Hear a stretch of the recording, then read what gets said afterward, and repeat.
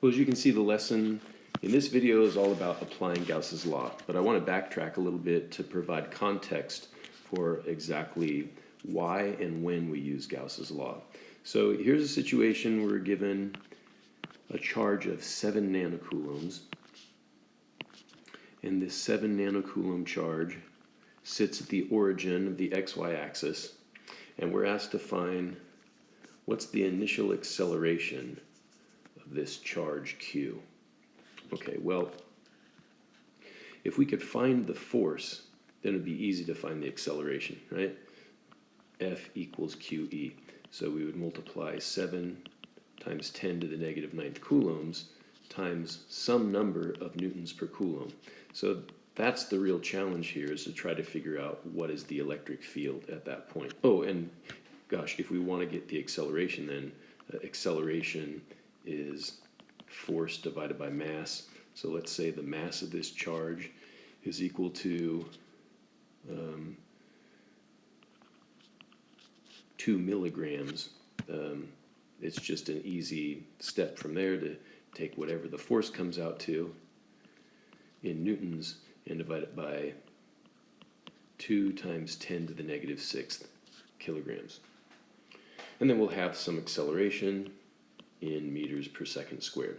Right, but anyway, finding the electric field is the challenge. Now, how do we find the electric field at this point P? Well, our best bet is to use what I've been referring to as the brute force method. The brute force method relies on Coulomb's law. And the reason we say it's brute force is it requires a lot of summation. We have to go through this process of dividing up the charged arc into a bunch of little bits that we refer to as dq. And so we imagine at the point P, that doesn't represent the net electric field, but it represents a little portion of it. You know the rest of this story. And in fact, you should know the result for this derivation. In the end, there's some other dq based on the symmetry, so that some components are going to cancel each other out, and the overall electric field is only going to point along the y-axis. So we would say E is equal to the summation of all the y components to each contribution to the overall electric field. And I'll leave it up to you to either go through on your own and see if you can rederive that solution from scratch, or if you want to rewatch the video or refer to your textbook, you can certainly find how to calculate the electric field. The numerical values here aren't exactly important, right? I say that there's a linear charge density for this ring of 4 nanocoulombs per centimeter. It has a radius of 15 centimeters, and if you want to go about finding exactly what that initial acceleration would be, by all means, feel free to figure it out. The point here is just to illustrate what are some situations where we could use the brute force method in order to answer some other questions, such as acceleration. Or gosh, could we answer this question? We know that the net electric field is going to point down, so that this positive charge q is going to accelerate along the negative y-axis. So could we ask something like, what's the final velocity after it's traveled a distance equal to the radius of the circle? Well, you might think, sure, as long as we've got the acceleration, that should be easy. We could use a kinematics equation. We could say final velocity squared equals initial velocity squared plus 2 times acceleration times the displacement on the y-axis. Assuming it was released from rest, the initial velocity is 0. This acceleration is the one we would have found using this formula, but you might have caught the problem with this. Turns out we can't use this kinematics formula because, remember, these kinematics formulas are only valid in the case where acceleration is uniform. But this is definitely going to produce a non-uniform electric field in this region. So with a non-uniform electric field comes a non-uniform force, and with non-uniform force comes non-uniform acceleration. So kinematics wouldn't be valid. Okay, here's the real point of the story. A major emphasis of everything we're doing here really comes down to, can we determine what is the electric field at certain points in space? Because figuring out anything else from there, what's the acceleration, and if I can use kinematics, what are the final velocities, and so on, all of that stuff should be straightforward and relatively easy. The tricky part is being able to determine what is the electric field. So a quick reminder of some situations where we've applied the brute force method. Obviously, we're just describing case number 4. But you should be able to calculate the electric field, let's say, due to a line of charge at this point P. But we could move this point P over to here, and that gets us to this 7th case that's described. So you should be able to derive an equation for the electric field for every one of these 7 situations. I'll tell you number 1 is kind of trivial. It's really just comes down to an expression of Coulomb's law.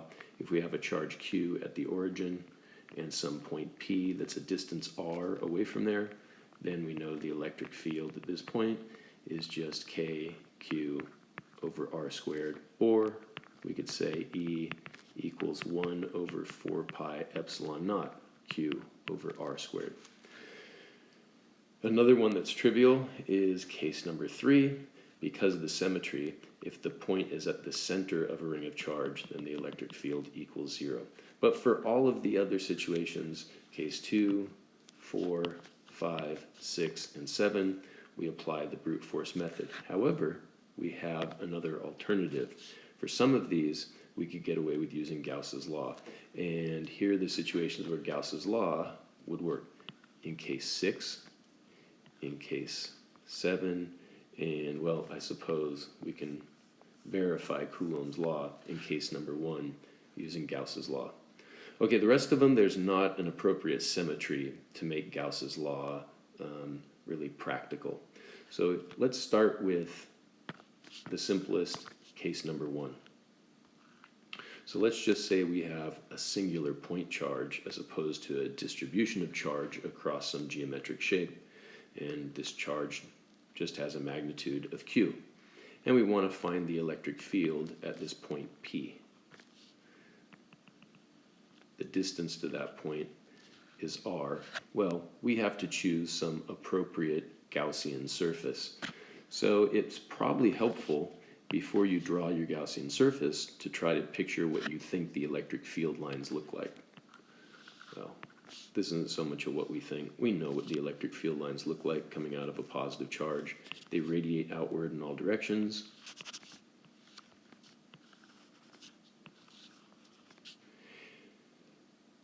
And what we're trying to do when we apply Gauss's law is pick some sort of closed surface for which this vector math becomes just basic scalar math. In other words, we really can ignore the dot product and the vector notation. Well, simple enough. If we choose a Gaussian surface that's a sphere, concentric with our charge, and of course passing through the point in question, then we picture breaking up that Gaussian surface into a bunch of little bits of area called dA. And if we draw in these dAs everywhere we see an electric field line, we'll notice that the direction of the area vector and the direction of the electric field are parallel. And yeah, that allows us to turn step number 1 into step number 2. The total flux through the surface can then just be calculated without taking into account the vector dot product. Another thing we notice, because our Gaussian surface is concentric with the charge, the strength of the electric field across this part of the surface should be the same as it is here, In other words, for every one of the little patches of area, dA, the strength of the field is going to be the same for each one of them. There's no variation between the magnitude of A and the magnitude of E, the electric field, and which particular dA we're referring to. In other words, E can be treated as a constant. So in step 3, we take it out of the integral sign, and now we're left with electric field strength times the sum of all the little bits of area across the entire enclosed Gaussian surface is equal to the amount of charge inside divided by epsilon naught. However, the amount of charge inside is all of the charge, so we really don't need to write that subscript anymore. The total charge, expressed as Q, entirely resides within our Gaussian surface. So in step 4, all we really are saying here now is what is the total surface area of the Gaussian surface? Well, our Gaussian surface is a sphere, so the total surface area is 4 pi r squared. And now I think you see we're getting the result we expect if we divide both sides of the equation by 4 pi r squared. We find that the electric field is equal to 1 over 4 pi epsilon naught times Q over r squared, and we recognize this as the constant K. So we get the result we expect, E equals KQ over r squared. So Gauss's law confirmed for that case.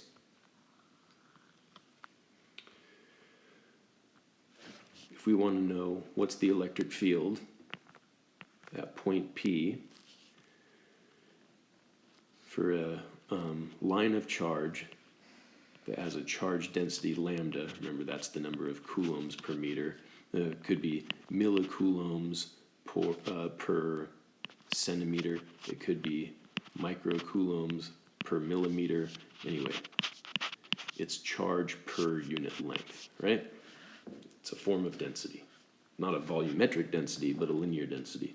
So what we've done before to solve this problem is the similar brute force method. We divide it up into little bits of charge dq. Each one has a little length along the x-axis of dx. So this charge density can be expressed as dq over dx, or in other words, dq is lambda multiplied by dx. And now we have this distance r, a distance y, some distance x. There's a contribution to the electric field, dE, and we can define an angle, theta. So the total electric field is equal to the summation of all of the contributions. And again, there's a symmetry situation. There's going to be another electric field contribution pointing this way due to the dq over here. So it's really only the components along the y-axis that need to be added. Call that step number 1. I leave it up to you to attempt steps 2, 3, 4, etc. until you get to the final result that says the electric field is equal to 2k lambda over y times sine of theta maximum. So the maximum angle we get for theta accounts for the extreme endpoints for dq, right? So I guess we could say if the rod has a total length of L, then this would be L over 2. And so we could find this maximum angle theta by making a relationship between y and L over 2. If the rod becomes extremely long, right, we push out its length in both directions, then this theta approaches 90 degrees, and E becomes 2k lambda over y, right? Sine of 90 is just 1 for the case of a very, very long rod, or in other words, in the case where L is much, much greater than y.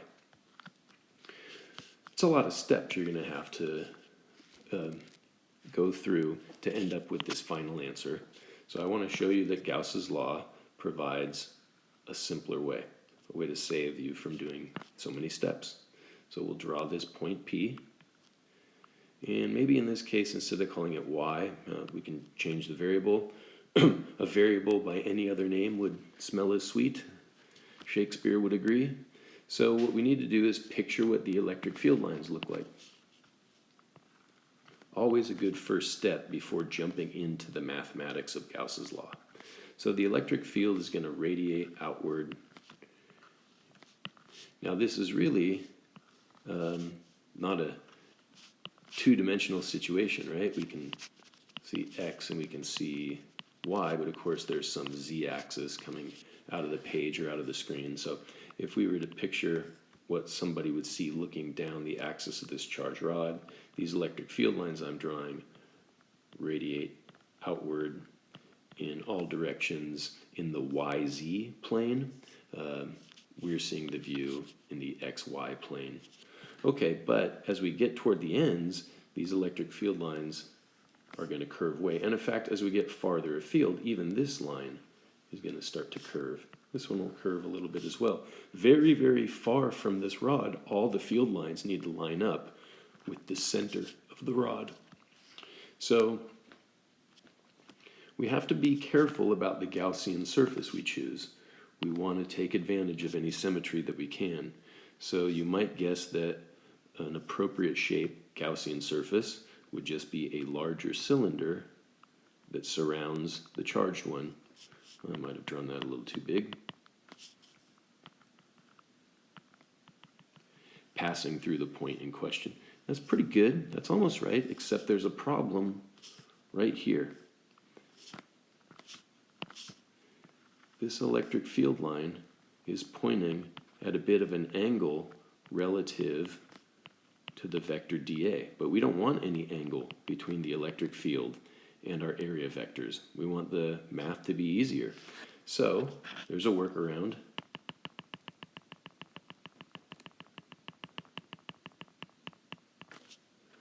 We'll choose a Gaussian surface that only goes part of the length of the rod. Okay, so step one, state Gauss's law. The total flux for the enclosed surface is equal to the amount of charge that resides within that Gaussian surface divided by epsilon naught. In step number 2, we notice that the electric field and the little area vectors in each and every case have an angle of 0 degrees.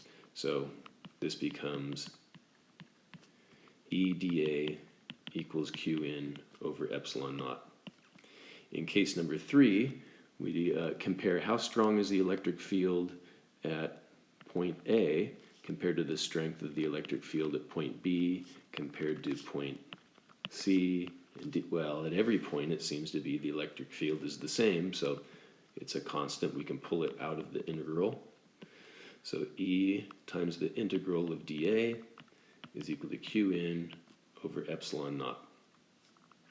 So this is just saying all we have to do is calculate what's the surface area through which there is flux for our Gaussian surface. By the way, notice that no electric field lines are passing through the ends. By the way, these aren't open. This has to be closed because Gauss's law only works for totally closed surfaces. So this isn't just the label on a soup can. This is a total soup can, so to speak. However, there is no flux through the lids of the soup can. There's only flux through the label of the soup can, if you understand my language here.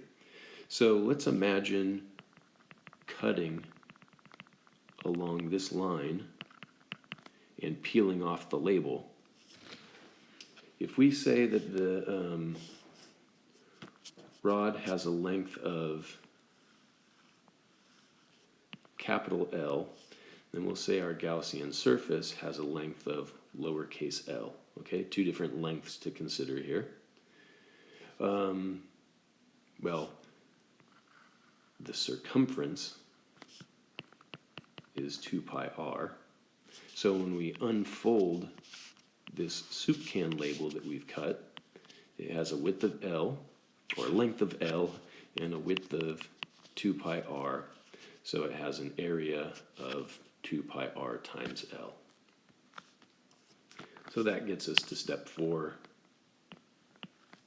E times 2 pi rl is equal to Qn over epsilon naught.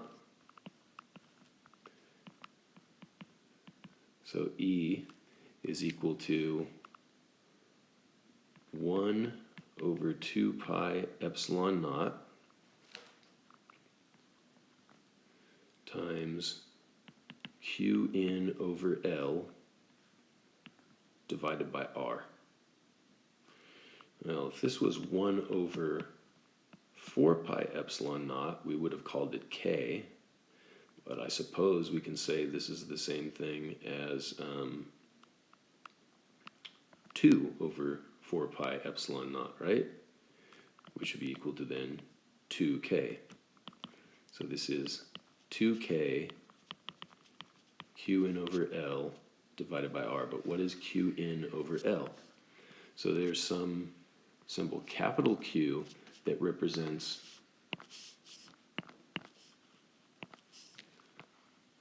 the total charge of this whole rod. And then there's the amount of charge enclosed by the Gaussian surface, Q in. And that would be represented by this shaded region. But of course that takes up a length of lowercase l.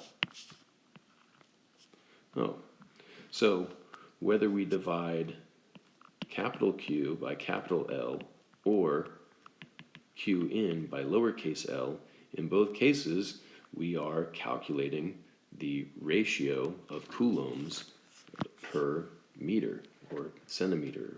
In any case, we're calculating the linear charge density. So we finally get our result that E is equal to 2K lambda over R. And would you believe it? That's the same thing we got when we used the brute force method. Like I said, another case that we could apply Gauss's law to confirm the answer we already got using the brute force method is for the disk of charge.